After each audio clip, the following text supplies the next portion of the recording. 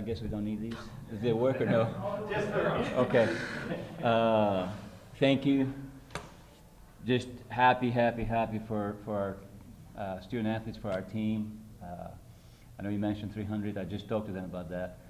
It's a number. I don't mean to be super humbled. I am humbled, but coaches get 300 or plus or minus, whatever it is, because of amazing athletes we've had in my last 12 seasons at UCO. So can't be more proud for their win and passing first round. Coach, yeah.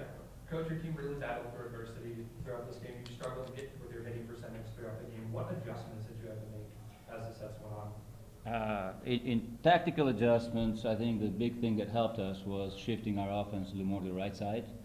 Kia did an awesome job for us again. So spreading our offense a little bit when Jenna and our other middle would go more for 31 and we'd set the ball back to Kia. That's a tactical one. As far as other adjustments, I think our team is just showing all season long, especially last several weeks of regular season, last week with our regular, with our conference tournament, or other, just tremendous resilience. And that's our bigger adjustment in my mind as a coach. Sometimes you can come up with all kinds of adjustments, but if the student athletes do not have the resilience that these guys have shown over and over now, would have not been where we're sitting right now. And to bring up resilient, that was my one word throughout the broadcast for the opposition for Southwest Minnesota. It's just like they just would not go away, and you guys just keep clawing back and forth. No doubt, and I should have said that in my very first opening statement. A lot of respect for their team. Played amazing, pushed us as much as anybody has pushed us all season long.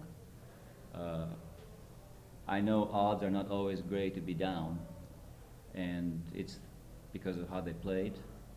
Very good defense, I thought.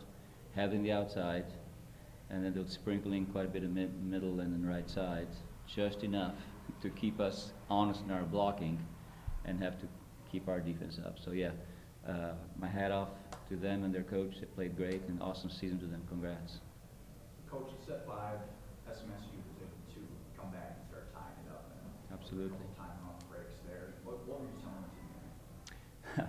Kind of what I said earlier, and they'll tell you. I'd love for them to say something in regard to that too. Hey, we've been here before.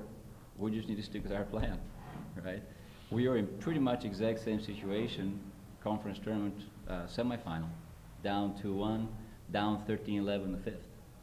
And we go on and score 4 points in a row, pretty much textbook like it just happened tonight. So it's not that I had any words of wisdom, and they know that.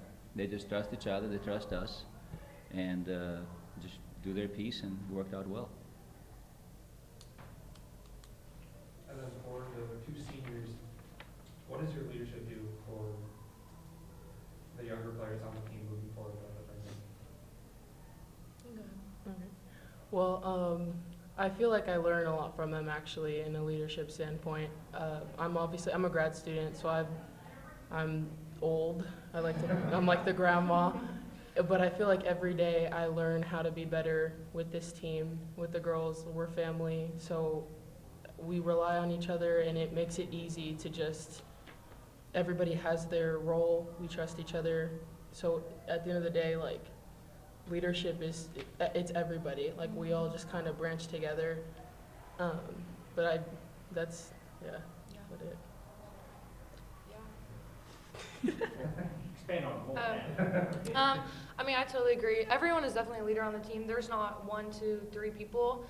It's everyone's together. There's definitely different roles on the team, but everyone has worked so well together and gotten comfortable and just trust each other. And so specific girls know what they need to give, what they need to receive at certain times on and off the court. So everyone has a certain role that they play, and it's just really great. All the girls have a great relationship with each other, and so it's pretty cohesive. Everyone just knows what they need. It's definitely influenced a very good chemistry in the team. Mm-hmm. Everybody.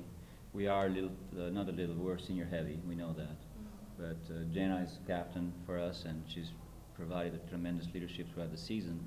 But then you got the other upperclassmen who all do sort of their own piece, and Tia is one of them as well. What about that? Was there no panic for the players? I mean, you're down 2-1, and then in the fifth set we get up, UCO gets up, and and then we get down, and then it just came back, and there's just no panic, you just, like Coach said, we've been through it enough. So we've definitely been through it enough, so we're familiar with it, but I think the most like frustrating part was when we were playing bad, like when we were making errors and the mistakes. Obviously they're a great team, and so it just hurt more when we weren't playing like we should against them, and so that's kind of when the panic set in. But when we had a good flow and when we started trusting each other and just communicating way more, then there was no panic. It was just pretty easy and calm. I would have to agree with Jenna. I know that sometimes when my brain wants to panic, I kind of just shut off, and then I just go on. I just kind of ignore it. I'm sorry? You kind of just don't think, you just. Yeah. I don't, yes, no thoughts in my She head. just doesn't. No thoughts in my head. Follow up. Yes, in the best way possible, because Yeah, that sounds I can attest to the no panic, because one of the timeouts that they called, or we called, I can't remember, Jenna is dancing on the huddle. I think it was just the two of us that you're dancing, the song? I think it was some type of salsa Yeah, or something. It was a okay. great And I song. gave her a high Salsa. five as she's dancing in that huddle. So that's, now looking back at it, Yeah. that's the epitome of no panic right there, which is awesome.